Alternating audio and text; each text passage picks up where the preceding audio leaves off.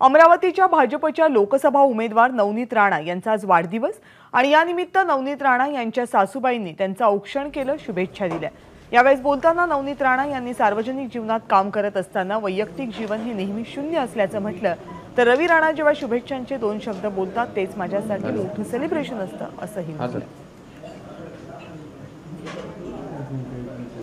आज माझा वाढदिवस आहे आणि वाढदिवसानिमित्त मी सगळ्यात पहिले सकाळी उठल्याबरोबर आम्ही तयारी केल्यानंतर माझ्या सासूचं दर वाढदिवसाला ॲनिव्हर्सरीला सगळ्यात पहिले ते माझं आक्षेपण करतात।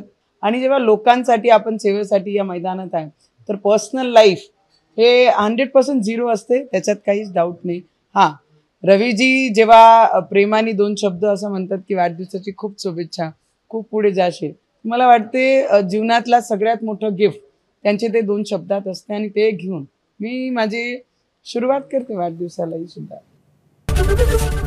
एबीपी माझा, उघडा डोळे बघा नीट।